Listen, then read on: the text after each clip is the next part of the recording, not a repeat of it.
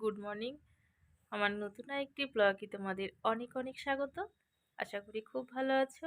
আর এই যে দেখো, এখন আমি রান্না কমপ্লিট করে তারপরে আজকে দিদা এসেছিল। সকালে উঠেই দেখি দিদা এসছে একটা ব্যাপারে, আমার বরের সাথে কথা বলতে। তারপরে একটা দিদি এসছে আমার কাজের জন্য। তো রান্না করছিলাম আর সবার সাথে কথা বলে আজকে রান্না করলাম হচ্ছে, রান্নাটা তোমাদের সাথে শেয়ার করা হয়নি। আজকে রান্না করলাম বড়ি আলু দিয়ে ঝোল করেছি, বাঁধাকপি ঘন্ট আর হচ্ছে ডাল চচ্চড়ি। বাস, আজকে যেহেতু শুক্রবার আজকে এগুলোই থাকবে, আর রাতে যদি কিছু করতে হয় করে নেব। আর এই যে আমি এখন বসে আছি না, মানে আমার মেয়েকে ঘুম পাড়িয়েছি, যে মেয়ে ঘুমোচ্ছে আর আমি এখানে বসে আছি। তো শোয়াবো ভাবছি, কিন্তু আবার যদি উঠে যায়, কারণ একটু আজকে কাশিটা কমেছে। তো দেখা যাক, শুয়ে দিই, তারপরে তোমাদের সাথে আবার দেখা হচ্ছে। এই দেখো, মেয়ে এখন ঘুম থেকে উঠেছে, উঠে একটু অনেক কষ্টে একটু খাইয়ে দিলাম। এখন জামা টামাগুলো চেঞ্জ করে গায়ে তেল মাখিয়ে দিলাম। আজকে স্নান তো করাবোই না, কারণ কাশিটা এখনো কমেনি। কাশিটা না পেকে গেছে, সর্দিটা পেকে গেছে, কমে যাবে হয়তো। এই দেখো, চোখ মুখ একদম ফুলে গেছে।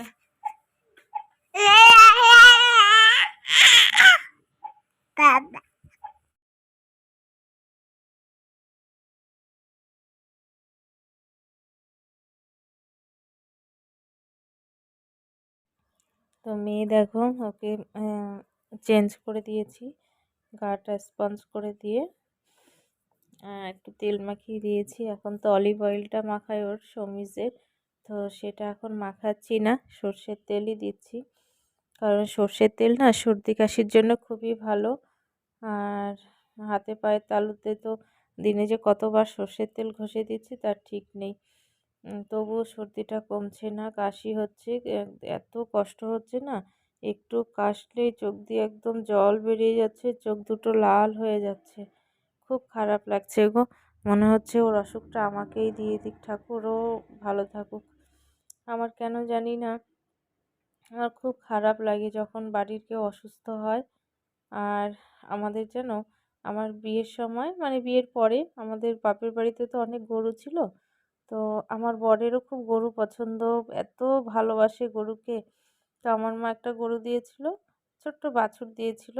তো সেই বাছুরটা বড় হয়ে বাচ্চা দিয়েছে, দুটো বাচ্চা হয়েছে, একটা দুটোই ছেলে বাচ্চা। তারপরে খুব অসুস্থ হয়ে গেছে। ওর কি বদ অভ্যাস ছিল, রাস্তা দিয়ে যাবে, ও প্লাস্টিক যা খাবে পাবে ওগুলো খেয়ে নেয়। তো ওগুলো করে পেটের খুব সমস্যায় ভুগে গরুটা মারা গেছে।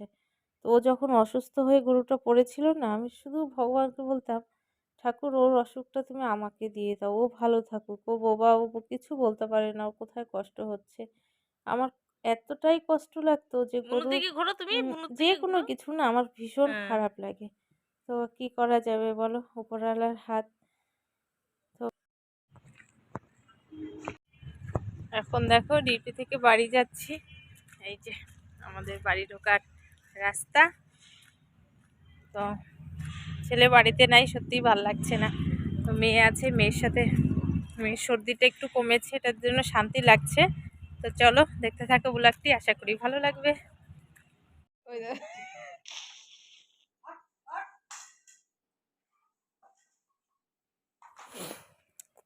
তো বাড়িতে এসে সোনামার সাথে আছি, ওকে যতই বিছানাতে বসানো হচ্ছে ও নিচে নেমে যাচ্ছে, মানে পাটা খাটের থেকে নামাচ্ছে আর কি।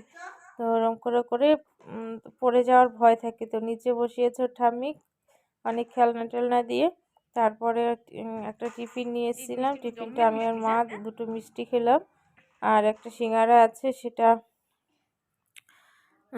মুড়ি দিয়ে মেখে খাবো। আর এই যে দেখো, এত খেলায় ব্যস্ত থাকে, মানে একটু শরীরটা ভালো লাগলে কি হয় বলো তো, নিচে নেমে মেঝেতে এদিকে ওদিকে হামাগুড়ি দিতে থাকে। এবার ওর ছোট ছোট হাত মোজা ছিল, সেগুলো আমি খুঁজেই পাচ্ছি না কোথায় আছে। আসলে পুরোনো ঘর থেকে নতুন ঘরে আসার পরে না অনেক কিছু এরকম হয়ে আছে, খুঁজে পাওয়া যাচ্ছে না। আর তখন তো মেয়ে আমার পেটে ছিল, তো আমি সেরকমভাবে গুছিয়ে কোনো কিছু আনতে পারিনি বা এনেছিও, মানে সেরকমভাবে কিছু করতে পারিনি, কোথায় কোনটা রাখা হবে। তো মা রেখেছে, আমি রেখেছি, এরম করে করে কিছুই পাওয়া যায় না। এমন দরকারি জিনিস যেগুলো খুঁজে পাচ্ছি না। তো দেখো, শুভ সন্ধ্যা বন্ধুরা। এখন দেখো বাড়িতে এসে মেয়ের সঙ্গে একটু ছিলাম, তারপরে এখন একটু চা করব।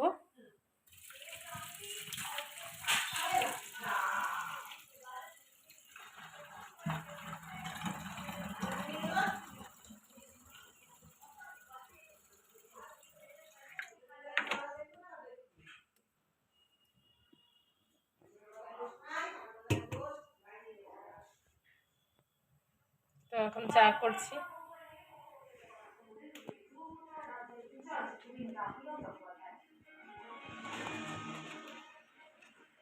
যে দেখো টিফিন, আমার ওখানে আজকে টিফিন দিয়েছে, তো তো মিষ্টি ছিল দুটো, আমি আর মা খেলাম। আর এখন সিঙ্গাড়াটা দিয়ে একটু মুড়ি মাখা খাবো।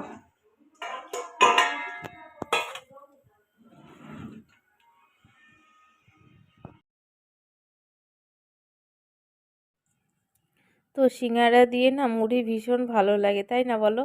এবার এর মধ্যে যদি একটু পেঁয়াজ কুচি, শসা কুচি, ধনেপাতা দিতে পারতাম আর একটু ভালো লাগতো, কিন্তু ওগুলো কিছুই দেব না, কারণ কারণ ধনেপাতা শেষ, ঘরে নেই।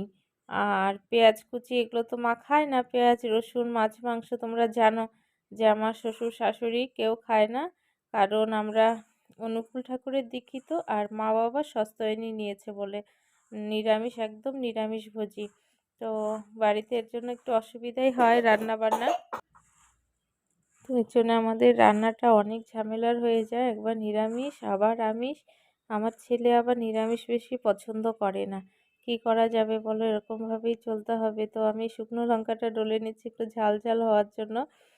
তো এখন লাল চা করে নিচ্ছি আদা টাদা দিয়ে, আদা, তারপরে গোলমরিচ, এলাচ, এগুলো তেজপাতা টাতা দিয়ে চা করে নিচ্ছি। আদা চাটা খাওয়া না ভীষণ ভালো, কারণ মারও সর্দি লেগেছে দেখছি ভালোই।